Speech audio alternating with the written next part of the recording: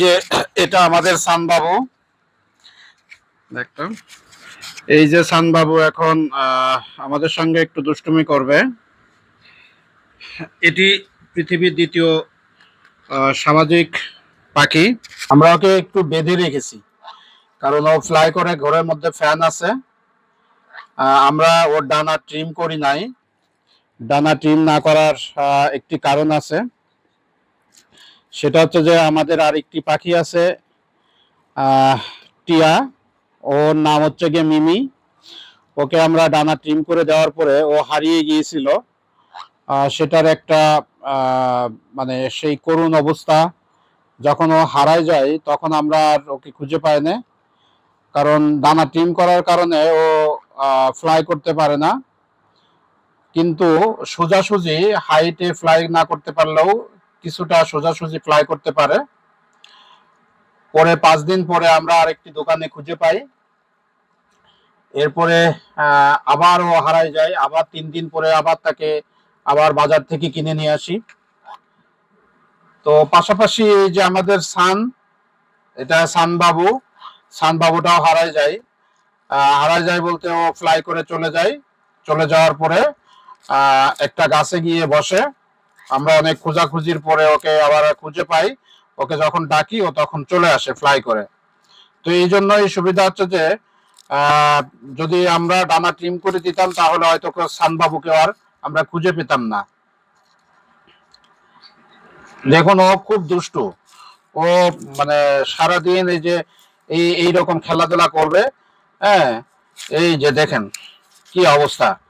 ও এতটাই দুষ্টু যে মানুষ ছাড়া থাকতে পারে না।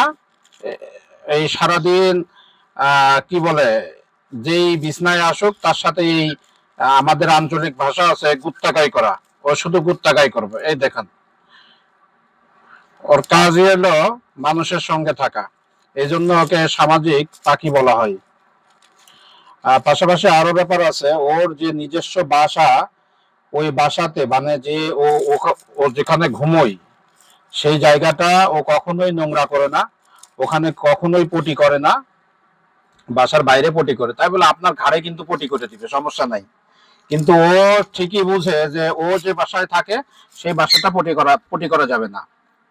পটি দাও, হ্যাঁ এই যে পটি দিয়ে দিছে। এই যে দেখেন, এখন সে খুবই দুষ্টু, এখানে লুকোচুরি খেলবে। হ্যাঁ, তো যারা আপনারা পাখি পোষেন তাদের কাছে, শখ করে যারা পাখি পোষেন তাদের কাছে অনুরোধ, আপনারা পাখির পাখা ট্রিম করবেন না।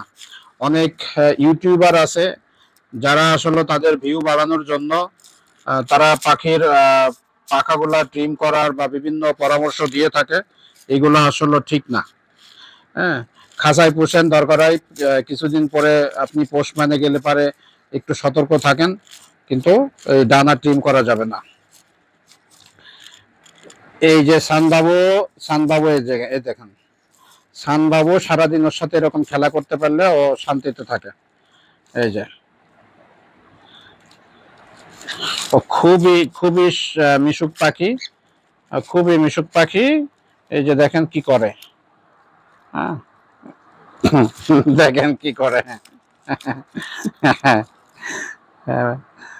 পলাপলি খেলবে, এই কাতুকুতু খেলবে। এই যে এখন যে হাতাহাতি করতেছে।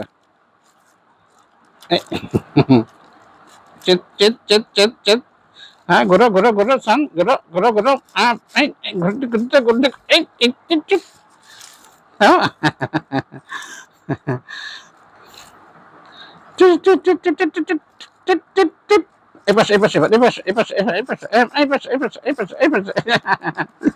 দেখুন কি করে। সান তার পেট ঠান্ডা তো সব ঠান্ডা। ও এখনো হ্যান্ড ফিডিং করে, 3 বার হ্যান্ড ফিডিং করে। আসলে খুব বেশি কিছু খায় না, বেদেনাটা একটু খাওয়া শিখছে, আর তেমন কোনো কিছুই খেতে পারে না। ওর সাথে এরকম খেলা করতে পারলে পারে ভালো। তো আমাদের এই মিমি প্যারট যে চ্যানেলটি, মিমিস প্যারট, এই চ্যানেলটি সাবস্ক্রাইব করে সঙ্গে থাকবেন। আমরা পাখি পুষতে গিয়ে যে বাস্তব অভিজ্ঞতা সেই অভিজ্ঞতাগুলো আপনাদের সঙ্গে শেয়ার করব। আমাদের এই দুইটি পাখির জন্য আপনারা দোয়া করবেন। আমাদের মিমিটা বেশ বড় হয়ে গেছে, ও হ্যান্ড ফিডিং খুব বেশি করে না। আমরা সানবাবু হ্যান্ড ফিডিং করে। সানবাবু খুব পিচ্ছি, পিচ্ছি হলো খুবই দুষ্টু। এই দেখেন কি করতেছে, এতটাই দুষ্টু ও। এই যে দারুণ খেলা শিখে গেছে।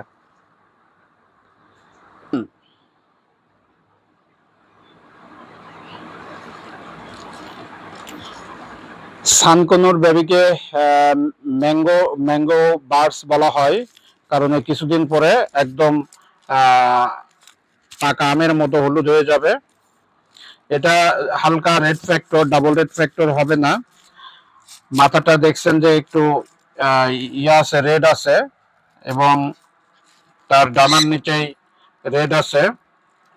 এটা ডাবল রেড ফ্যাক্টর হবে না, এটা রেড ফ্যাক্টর হবে।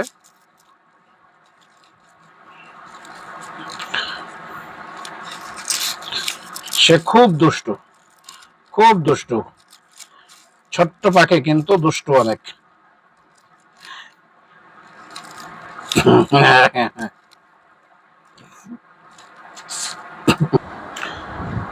এই যে আমাদের মিমি, ও এখন খাওয়া দাওয়া করছে।